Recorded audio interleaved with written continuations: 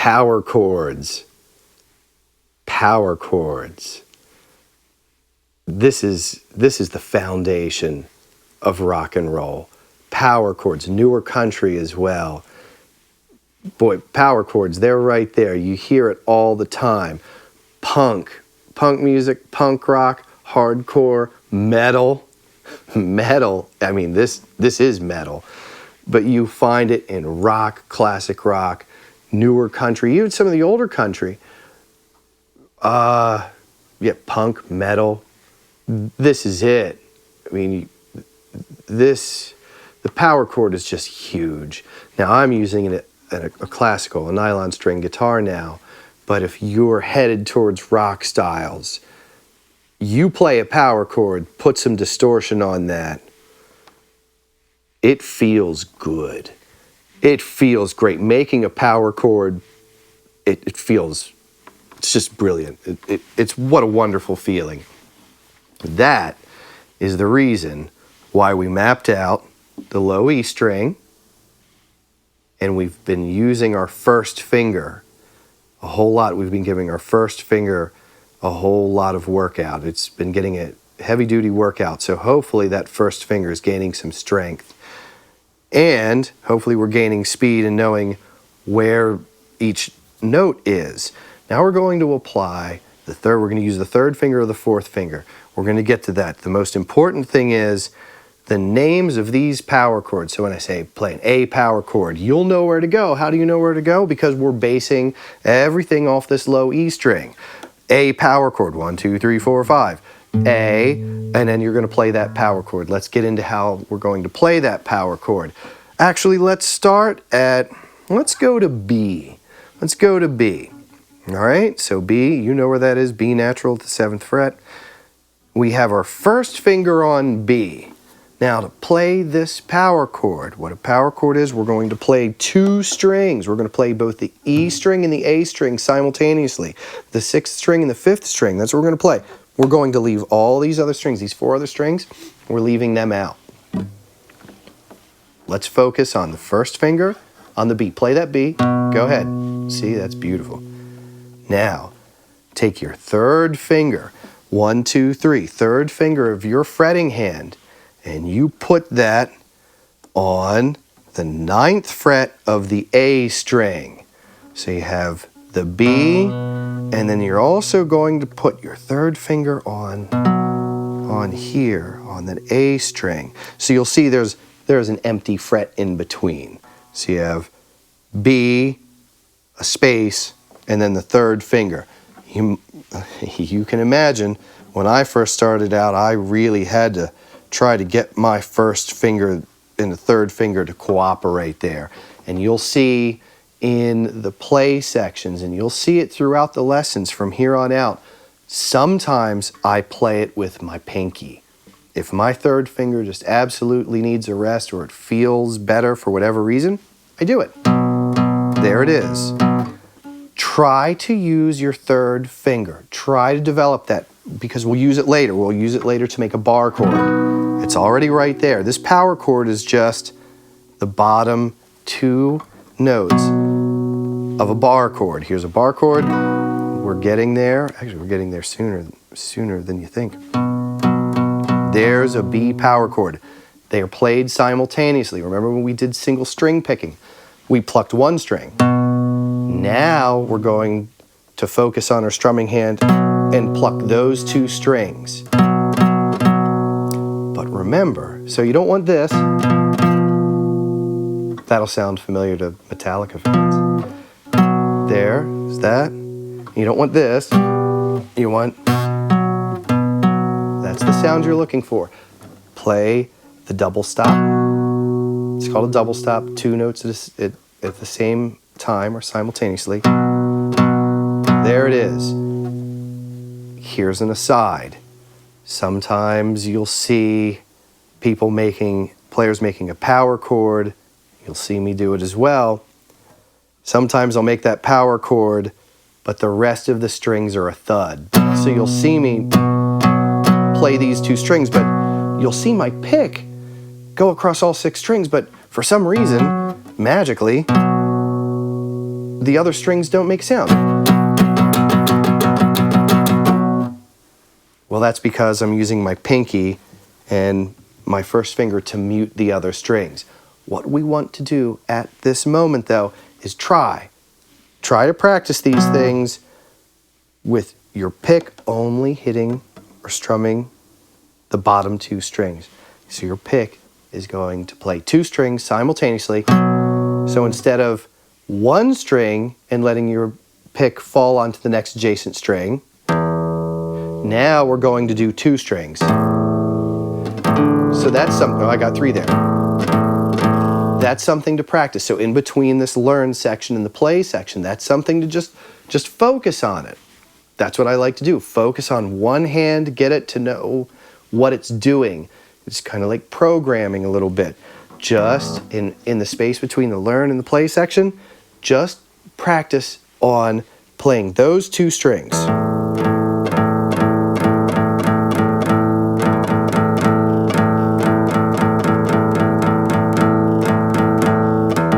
And you'll get used to it. You know, give your hand some time to learn that. So back up to B, up to 7, and make the power chord, first finger, third finger, in position, play it. Good.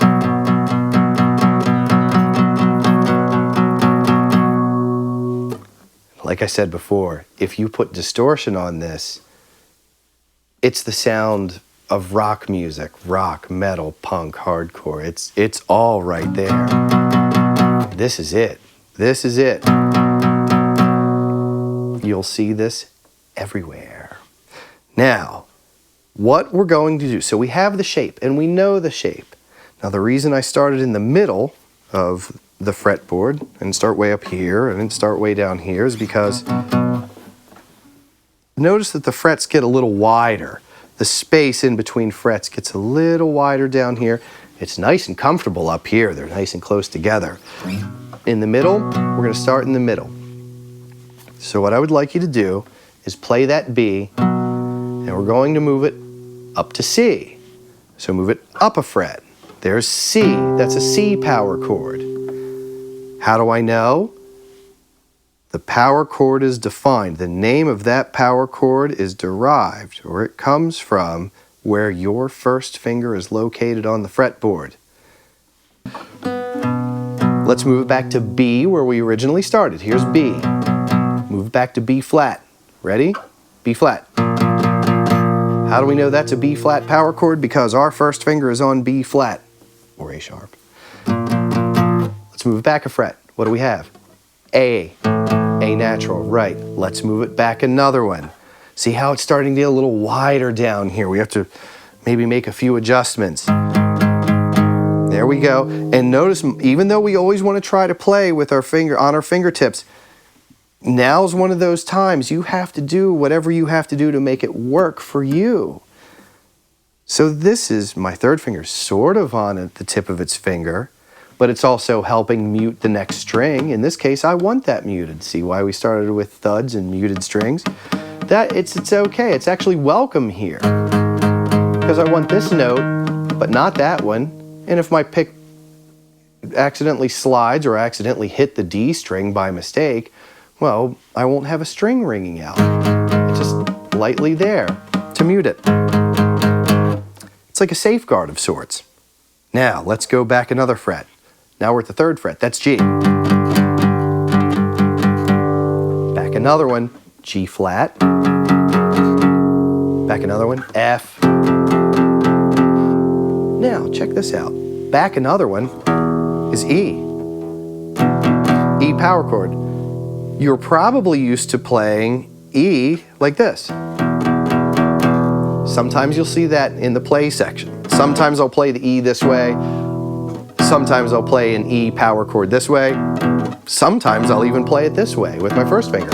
It's right there. It works for me. I made it work for me. There it is. And that way I just get to go there to F.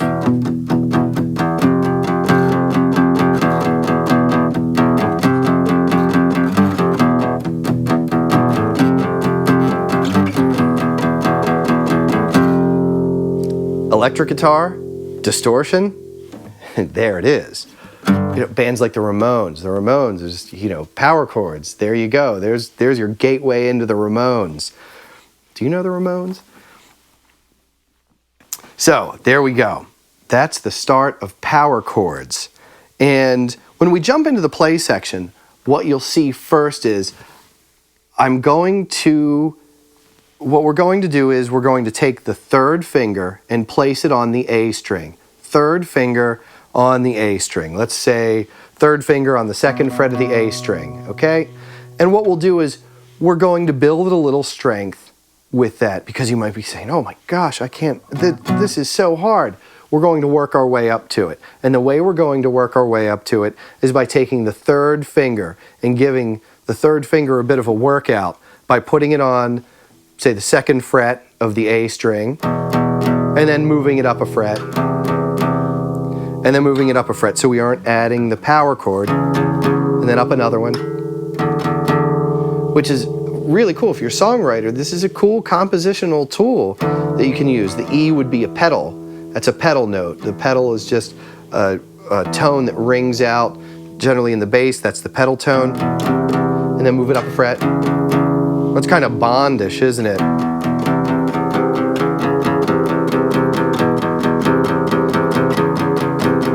Da-da-da. It's something like that. So there we go. That's what we're going to do. We're going to take it all the way up probably to the 14th fret and start working on that callus on that third fret, or on that third finger. And there are some really nice ones in here. And that's the beauty of guitar. This is, yes, it's an exercise, but you can use it to learn the guitar on its own terms. Find your favorite notes. Find the ones that... And you can slide it around. Make up your own song. Oh, that sounds really cool. Record it. Write your own songs. So what is this? This is the 7th fret to the 7th to the 8th, with the E as a pedal tone.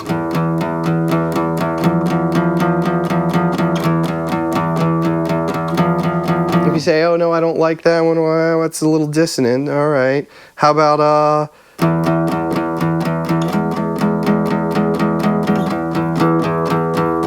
7, 8, 9, 10, 11. That sounded pretty cool, didn't it? Oh, that's nice. 7, 9, 11.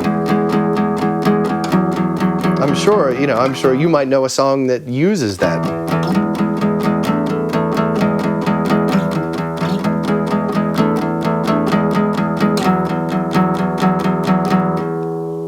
What is that? I don't know. All I know is I'm just moving my third finger around on the A string while I play the E string as an open pedal. There it is. That's music, and you're allowed to create. You're allowed to. I'm so glad that Igor Stravinsky made use of that. It's wonderful. And it's a staple of a lot of harder rock and metal, that half step motion. Well, half step. What's a half step? Up 1 fret or back 1 fret. But if that's not your style, that's not your sound, how about...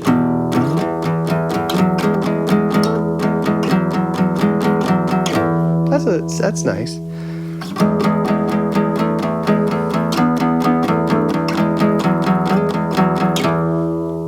So, even if you don't really know the notes, we don't know the names of the notes on the A string, but that shouldn't stop you from having fun with the instrument. That's what we're here for. Hopefully that's what I'm here for. This is a whole lot of fun, and it's been fun for years and years, which is why I'm still interested in it. There are new things popping out of this instrument all of the time, and many times just when I sit down and I just play. Sometimes I think about what I'm playing and I'll approach it mathematically. Other times I'll hear things, in my head and go, oh, that sounds like a nice thing. And I know enough, I know the names of the strings, I know enough to be able to write something down and then play it when I get home. Or sometimes I just put my hands on the guitar and I just play. and see what comes out. And that's what I call learning guitar on its own terms. And it's a whole lot of fun. You take the path that suits you best. And that being said, maybe power chords aren't going to be your thing. We're going to look at bar chords in a little bit. And bar chords, yes, they will be difficult. When I first started on bar chords, and I'll get to this then, I thought I had to quit guitar because the songs that I wanted to learn how to play, they required bar chords, and I just thought, well, I'm not strong enough to do it. I guess I'm just too weak to play, or I just can't do it. I was very discouraged, but I stuck with it, just as I'm asking you to stick with it and try it. But that being said, maybe power chords, maybe metal or rock, maybe that's not what you're here for. That's okay. Maybe power chords won't be your thing. Maybe that's not what you're going to do. It's still helpful, however, to know how to play them. It'll help. Not only that, we're going to go through some popular chord progressions and some chordal vamps, just, 2 chords at a time, and you might hear things and go, oh, what, that might not really be my sound, but you just keep that there. You keep it there because this shape will come into play, nice pun, it'll come into play again and again. It's a fifth, it's an interval of a fifth, that's a power chord, and good luck with it. This may be a challenge. This may be a bit of a challenge. It's definitely worth it, especially if you want to play punk, rock, certainly metal, harder rock styles, and certainly rockabilly, and even older rock. Chuck Berry, things out of the 50s. There's a device that they used all the time where you play that power chord, and we'll get into this. This is why if you can use your third finger, like I said, sometimes I use my pinky to make a power chord, but to play Chuck Berry songs, we have that motion going on. We can get into that later. A lot of blues music, you'll use power chords, certainly in blues music, and modern country, certainly. So that's a good start with that. Take a few moments before you head into the play section, and remember, we're going to start sliding the third finger on the A string, but take a few moments to review 2 strings at a time, picking just the E and the A string. Get used to that motion, give it a couple of minutes, start it. If you find that you're just all over the place, stop. Get used to it, come back, and you can always repeat things. You can always repeat a lesson, a play, a jam. And as a matter of fact, I recommend it. Learning any instrument is repetition, but also remember, when you head into it, play. Heart and soul. Get in there, dig in, you're making music, express yourself. And with the power chords, wow, so many wonderful songs. I mean, thousands, tens of thousands, I don't know, maybe 1 million songs. I don't know. I hope somebody counts them someday, how many songs have been written with power chords. I mean, there are certain bands that have basically made entire careers out of power chord, and there is no shame in that. It's not at all. I love it.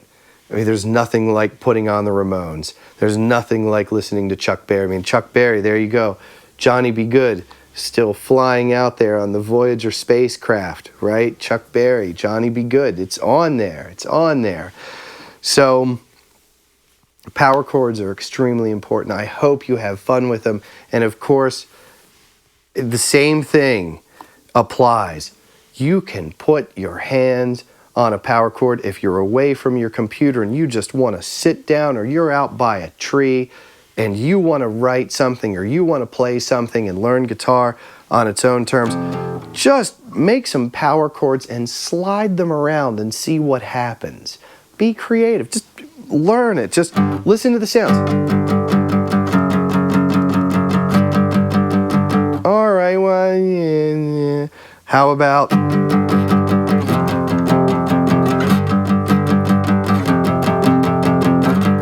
Well, that sounds pretty cool.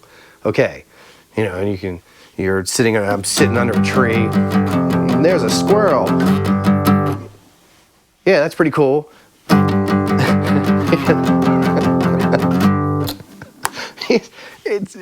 There you go. Where does it come from? That's where it comes from. That's it. That's it. Oh, how about this motion from here? How about...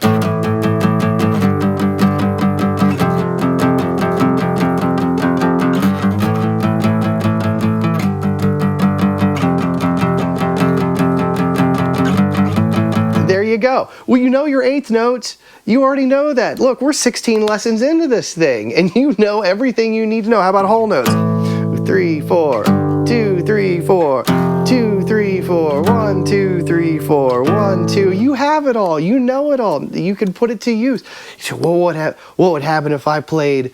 What would happen if I played half notes? How does that sound? 1, 2. Oh, sorry. 1, 2, 3, 4. 1, 2, 3, 4. 1, 2, 3, 4. What does that say? That says one thing. How about eighth notes? 1 and 2 and 3 and 4 and 1 and 2 and 3 and 4. Well, keeping things equal, I went 1, 2, 3, 4. 1, 2, 3, 4. How about eighth notes? 1 and 2 and 3 and 4 and 1 and 2 and 3 and 4 and 1 and 2 and 3 and 4 and 1.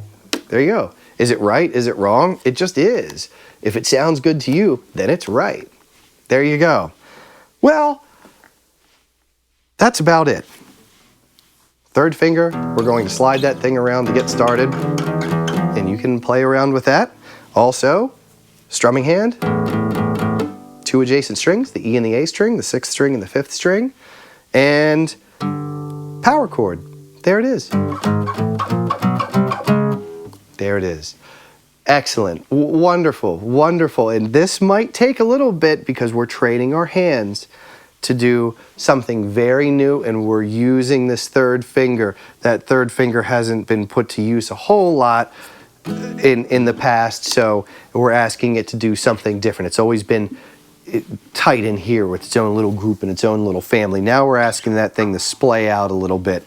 You can imagine I used to have to move my finger around and just get used to, you know, strum it, move it up a fret, strum it, move it up another fret. Get used to it. Give your hand some time to get used to it. Be patient with yourself.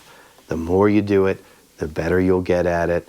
And pretty soon, it'll be, you know, rock and roll high school or you name it. You know, Johnny Be Good. And you'll be rocking out. We'll have a lot of fun. So good luck with that. Have fun. And thanks again. Be well. I'll see you.